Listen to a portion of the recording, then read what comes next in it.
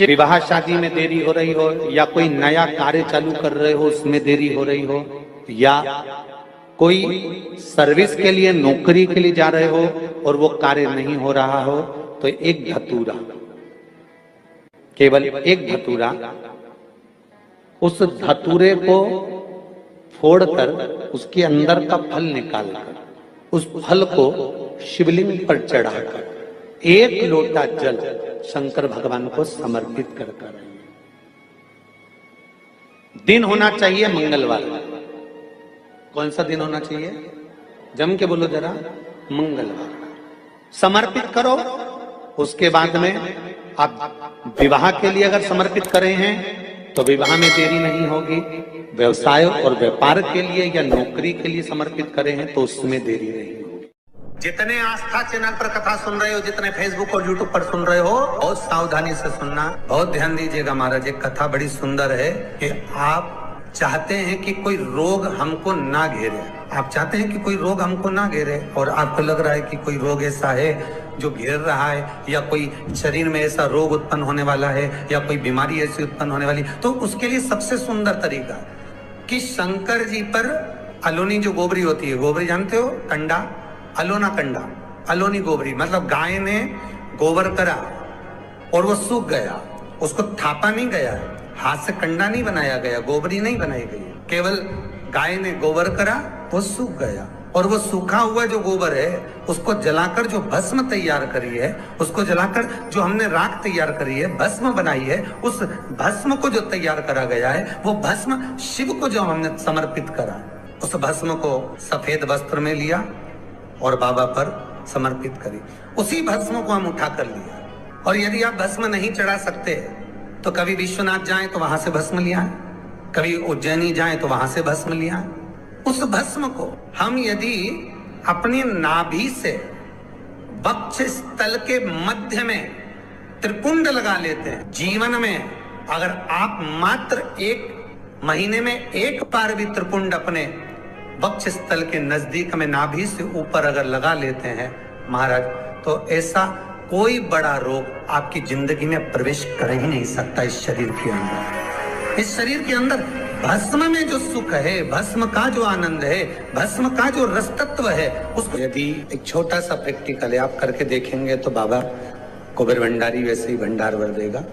थोड़ा सा प्रयास, अगर आपके सबके घर में गंगा जल है तो एक प्रयास करके देखिएगा। कोई कार्य के लिए आप जा रहे हैं और वो कार्य अटक रहा है, नहीं हो रहा, बहुत प्रयास कर लिया, बहुत दिन से लगे हुए कि ये काम होना ही चाहिए, ये काम बहुत जरूरी और होना ही चाहिए, नहीं हो रहा।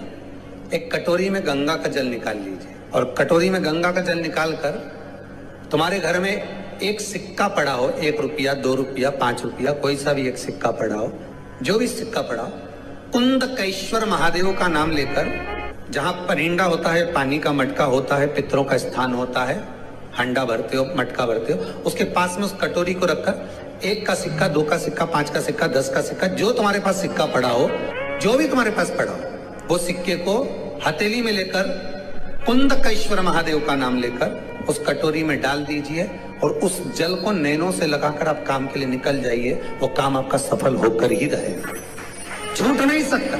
गंगा के जल में वो बल होता है, और आप जो सिक्का डाल रहे हो वो ये समझ कर डालें कि कुंदकेश्वर महादेव को मैं गंगा में स्नान करने के लिए। हमारे यहाँ पहले हमने भी देखा, आपने भी देखा होगा, किसी जब बारिश नहीं होती है या कोई काम अटक जाता है, जब बारिश, तो क्या करते थे पहले के जमाने में कि मंदिर को पैक कर दे, उसमें पानी भर दे शंकर जी के ऊपर। आपने कई जगह देखा होगा, उसमें शिव जी को डुबा, तो किसके लिए डुबाते थे? कुंदकेश्वर महादेव के। ये नियम है कुंदकेश्वर महादेव का। ये कुंदकेश्वर महादेव को उस कटोरी में, उस बाटकी में सिक्के को, और फिर जब आपका काम हो जाए, आप जिससे मिलने गए हो, जिससे काम की बात करने गए और काम हो गया, तो वो जल ले जाकर सिक्के के साथ, सिक्का तो डालो मंदिर में, कहीं दान पेटी आदि में, और वो जल भगवान कुंदकेश्वर के नाम से शिव जी को समर्पित कर दो। बाबा से विनती करो, बहुत बहुत साधुवाद है बाबा, आपने मेरी लाज रख ली, तेरी कृपा बनी रहे, बस ये सुख मिलता है। उसको धन्यवाद दो बाबा को बार बार। हम तो रोज कहते, रोज प्रतिदिन उठो और उठते सी धन्यवाद दे दो, धन्यवाद, उठते सी कहो। शिव को प्रिय है पुष्प में आंख का पुष्प, जो आंकड़े का पुष्प होता है शंकर को बड़ा प्रिय है। और दूसरे नंबर पर शंकर को प्रिय है शमी का पुष्प, बहुत ध्यान देना महाराज। तीसरे नंबर पर शंकर को प्रिय है महाराज सरसों का पुष्प। सरसों होती है ना, जो राई अपन बोते हैं, सरसों बोते हैं, उसमें पीले कलर का जो पुष्प लगता है। हमारा तो निवेदन रहता है जब तक सरसों आए तो प्रयास करा करो कि सरसों के 108 पुष्प शंकर भगवान पर चढ़ाना प्रारंभ कर दो। महाराज ये पक्का है कि वर्ष भर कोई बड़ी बीमारी आपको घेर नहीं सकती अगर सरसों के फूल शिव को चढ़ रहे हैं तो।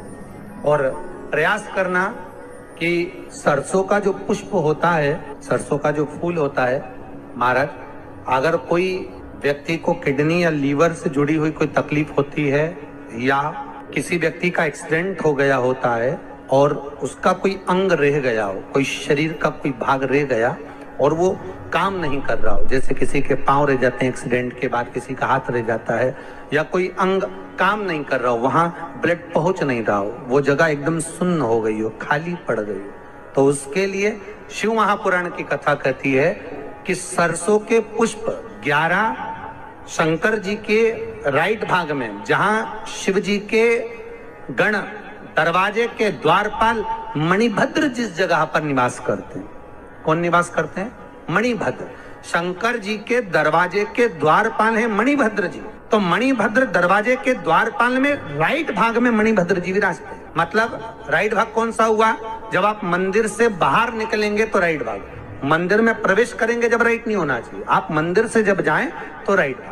मतलब आप मंदिर से राइट से जाएंगे तो शंकर जी का भी राइट हो जाएगा, क्योंकि शिव जी ऐसे बैठे हैं तो शंकर जी का भी राइट हो गया, देवता उनका भी राइट हो गया, तो राइट भाग सीधा हाथ मणिभद्र जी का स्थान। 11 सरसों के पुष्प मणिभद्र के उस द्वार पर आप रख दीजिए और मणिभद्र के द्वार पर रखकर अंदर जाकर 108 वापिस जब आप बाहर निकल रहे हैं, ये पुष्प आप रखने के बाद एक बार बाहर जाएंगे फिर वापिस आएंगे मणिभद्र रखने के बाद, और अंदर जाकर 108 सरसों के पुष्प शंकर को समर्पित करेंगे महाराज। उस सरसों के पुष्प जो शिव जी को आप समर्पित कर रहे हैं उसको वापिस लेकर आएंगे, श्री शिवाय नमस्तुभ्यम बोलकर उस सरसों के पुष्प को महाराज सरसों के तेल की बोतल में उसको डाल लीजिए। शंकर भगवान को शाम के समय प्रदोष काल में उस तेल को वापस ले जाकर चढ़ा दीजिए शिव जी को, उसको वापस लेकर आ जाइए। उस तेल का प्रयोग आप नाभि में डालिए और जो शरीर काम नहीं कर रहा उस स्थान पर कम से कम 15 दिन 20 दिन तक उसकी मालिश करना प्रारंभ करिए। बाबा चाहेगा तो चलाने का प्रयास कर देगा और वो अंग वो शरीर काम करने लगेगा। मणिभद्र का स्मरण। सूर्य नारायण भगवान को जब जल चढ़ाया जाता है, हाथ सिर से 8 इंच की दूरी पर होना चाहिए। जम के बोलिए, सिर से कितना ऊंचा होना चाहिए? 8 इंच ऊपर अपना हाथ होना चाहिए मस्तक से सूर्य को जल चढ़ाते समय। और ना चांदी का, ना स्टील का, ना लोहे का, ना प्लास्टिक का, ना कांच का, ना सोने का कोई बर्तन, ना कांसे का, ना एल्युमिनियम का, ना पीतल का, केवल एक पात्र होना चाहिए, वो है तांबे का। काय का पात्र होना चाहिए? तांबे का पात्र। और सूर्य नारायण भगवान को जब 8 इंच ऊपर तुम्हारा हस्त है और जब हम सूर्य को जल चढ़ा रहे हैं, कैसे जल चढ़ाना है वो भी समझ लीजिए। अगर कोई कैंसर का मरीज है जिसके चेस्ट में कैंसर आ गया हो, लेफ्ट में राइट में कहीं पर कैंसर आ गया हो या कोई गठान आ गई हो, तो महाराज आप जल चढ़ाते समय उस जल की धार को सूर्य भगवान को जब चढ़ा रहे हो तो धार आपकी गठान की ओर जाना चाहिए, जिससे सूर्य की किरण उस जल में से आपके उस स्थान पर पड़े, उस जगह पर पड़े जहां पर गठान है। महाराज आप लगातार जल तो चढ़ाना चालू करो, अच्छे अच्छे डॉक्टर फेल हो जाएंगे और कह देंगे गठान ठीक हो गया। आपका लीवर और किडनी गड़बड़ कर रहा है, हार्ट, आपके हार्ट में अगर तकलीफ है, डॉक्टर ने कह दिया कि इसमें नस चौक है, कहीं ना कहीं छल्ला डलेगा, आपको कह दिया इसमें कुछ ना कुछ प्रॉब्लम आ रही है, आप सूर्य को अर्घ देना चालू कर दो, सूर्य को जल चढ़ाना चालू कर दीजिए। आप सूर्य को जल चढ़ाओ, वो जल की जो तरंग आ रही है, वो जल जो निकल कर जा रहा है, उसकी जो किरण आपके हृदय पर, आपकी छाती पर पड़ रही है, नाड़ियों में पड़ रही है, नसों में पड़ रही है, उसका बल देखो तो शरीर 1 महीना लगातार चढ़ाओ तो 15 दिन 20 दिन कर तो देखो। सूर्य नारायण भगवान को जल चढ़ाते समय आपके पंजों की एड़ी ऊंची नहीं होना चाहिए। आपका पंजा पांव का पूरा की पूरा जमा होना चाहिए भूमि पर। हाथ कितने इंच ऊपर? 8 इंच ऊपर होना चाहिए।